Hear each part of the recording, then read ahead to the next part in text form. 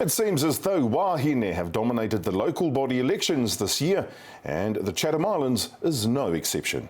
Monique Croon of Ngāti Mutunga is the Deputy Chair of her iwi Trust and has won the mayoralty of the Chatham Islands for a second term by just 8 votes. And she joins us now, Your Worship Mayor, Monique Croon. Tēnā rawa atu koe, and congratulations on your re-election, and by a slither of a pāua at that, with only 8 votes between yourself and Greg Hauler. Can you just talk us through what the whole campaign was like for you this time around?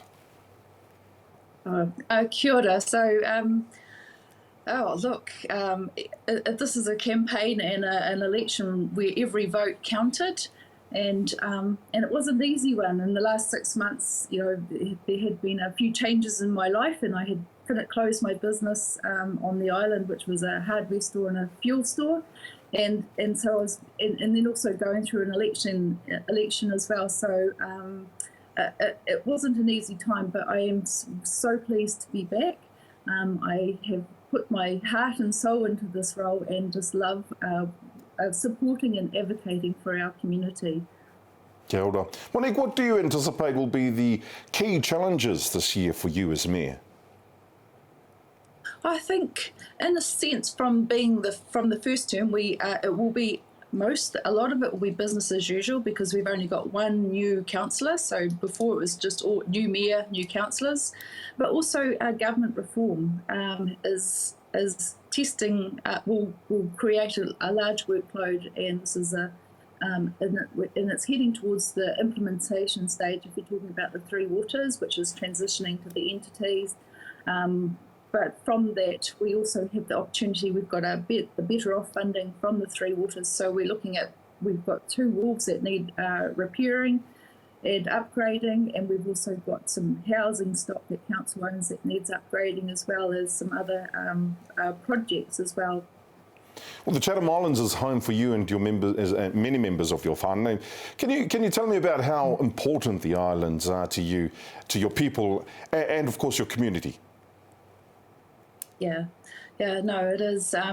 So, look, being Ngāti Mutunga, and I'm very proud to be Ngāti Mutunga, and I love living here and our unique lifestyle and our beautiful whenua. The journey that my grandmother, she came to the island.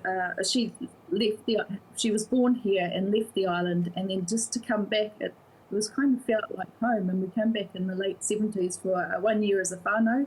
And we've been here ever since, and the natural richness of the island has just captured us and has been treated out my whānau really well. And then also to meet so many of the island people and see the familiarness, like I see my grandmother's face in so many, and it just feels like home. And I'm just so proud to be able to advocate and support and give back to the island what it has given to us. Ka pai.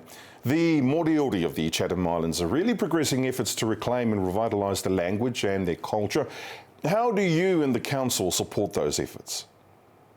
Oh, look, we 100% support moriori through the revitalisation. Moriori have settled, and we have developing a closer partnership and relationship with Moriori in terms of as a treaty partner, and we're thinking about our future for our island governance for the next 30 years, and I think we need to have a Moriori representative voice around our table from a local government perspective, and also equally a Ngāti Mutunga one as well.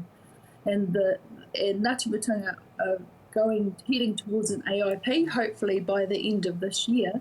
And I think we get then to go to the next phase of the settlement process between both of us to do our shared redress. So in that proposed legislation, we've got so much in common, which is cultural fishing and our joint partnership around to care about the Whanga Lagoon, our RMA.